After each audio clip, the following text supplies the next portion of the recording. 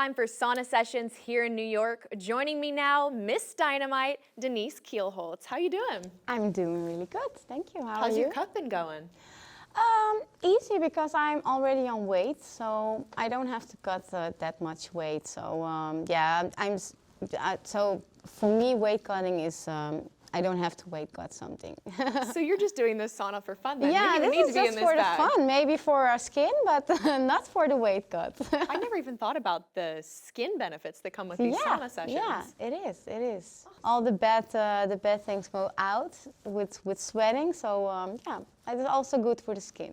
Well, I have just been dying for this fight to happen. We've got Dangerous versus Miss Dynamite. This is going to be a really epic fight. How are you feeling going into this one?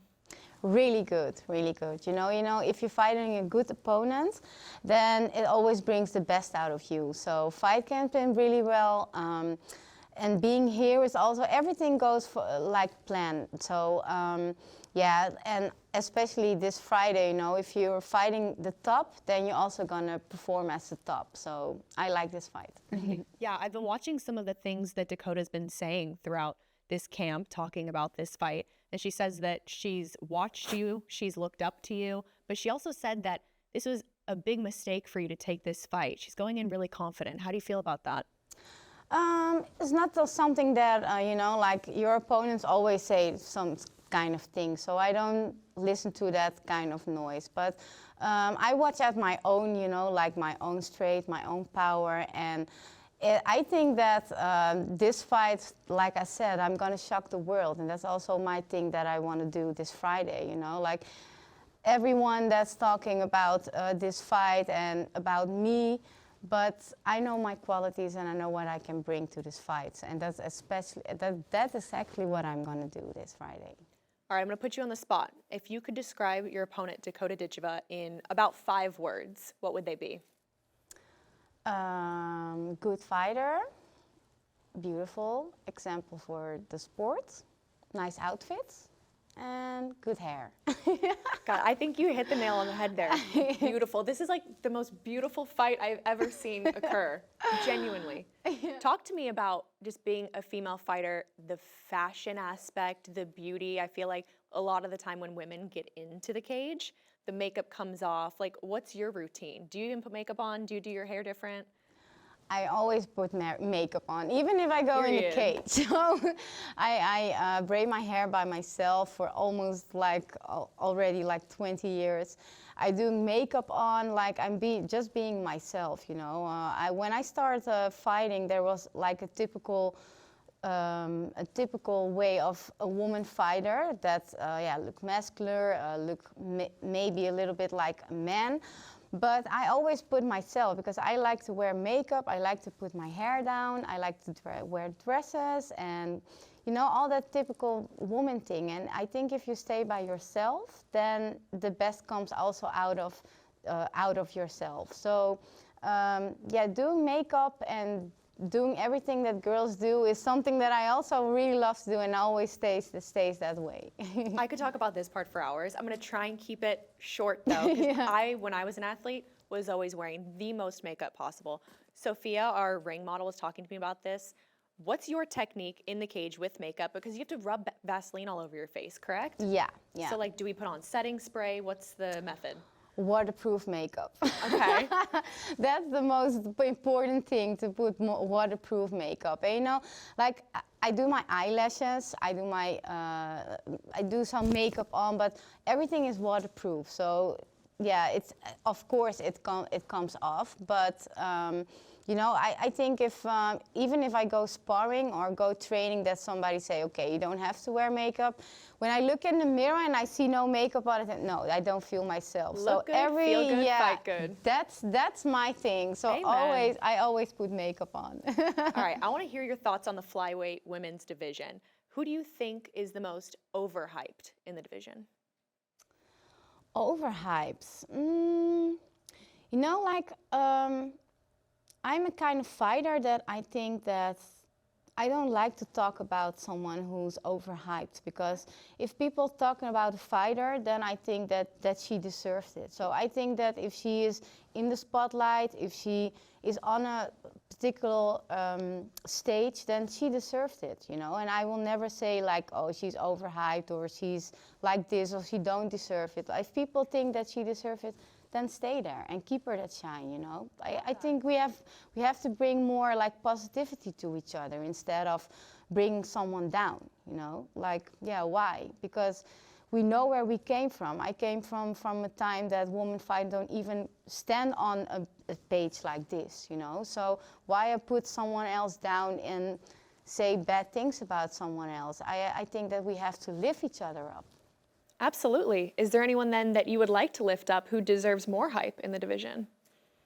I think that if you look at the PFL, like the top 10, I think that every one of them is dangerous and have some power on their own. I don't know, like especially a typical one by name, but I think that everyone in this flyweight division, all the top 10 fighters are really good and have their own straight and their own spotlights to shine on.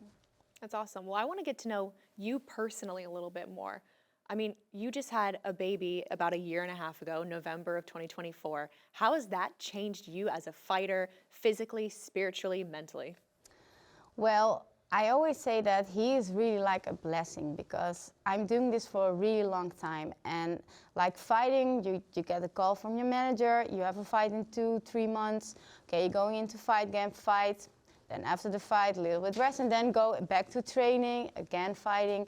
And that was such a routine in my life for such a long time that it was like, I don't have like the feeling, it was like normal to go in fight camp and to fight.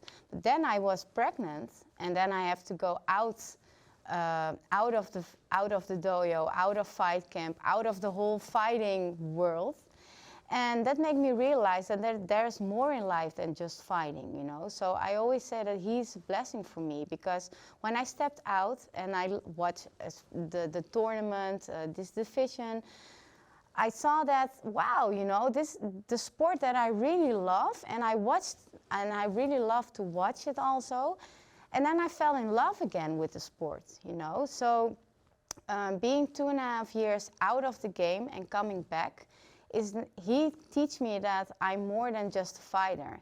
And now I'm just a fighter that loves the sport again, because it's not a routine again, you know, because also now that I'm a mother. I mean, if I go back to home and I have a hard training, he doesn't understand that, you know. You have to like choose from, okay, I have to give him again food, or he don't understand that I'm a fighter. So I have to be a mother and a fighter, but I'm more than just a fighter, and that is what he taught me. Do you have any physical bodily differences that you feel now that you are a mother when it comes to camp and training and being in the cage? No. Really? The strange thing is that, and I believe that because of my body is getting out of fighting and out of training, the hard training, then for 2.5 years, it resets.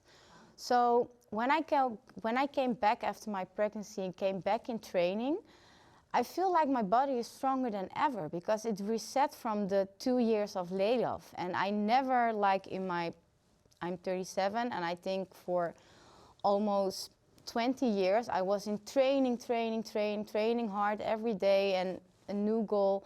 But then for 2 years my body was out of training. And I think that in that 2 years my body just reset and makes it much stronger in every possible way. So yeah, no disadvantage, only advances from being a mother. Got a whole new Miss Dynamite. Mama Dynamite, Mama if you will. Dynamite. I like that. All right, we're going to do rapid fire to finish this off. Very quick, okay? Yeah. Favorite music? Bachata. Favorite artist? Rihanna. Ooh. Hobby? Shopping. I like you, girl. What's your worst habit? That I can be a little bit too hard on myself. Okay. Hidden talent? I can dance. Ooh, bachata? Yes, bachata, salsa. And then favorite TV show? That is funny. The Real Housewives. Which city? Amsterdam. Ooh, I've not seen that Amsterdam one. and Beverly Hills. Beverly Hills is the best. Yeah. All right, I need to watch Amsterdam. Yeah, Amsterdam is also really good. Yeah. All right, well, I'm so excited for this fight this weekend. Thank you so much for joining me. We'll catch you guys on the next one. Thank you.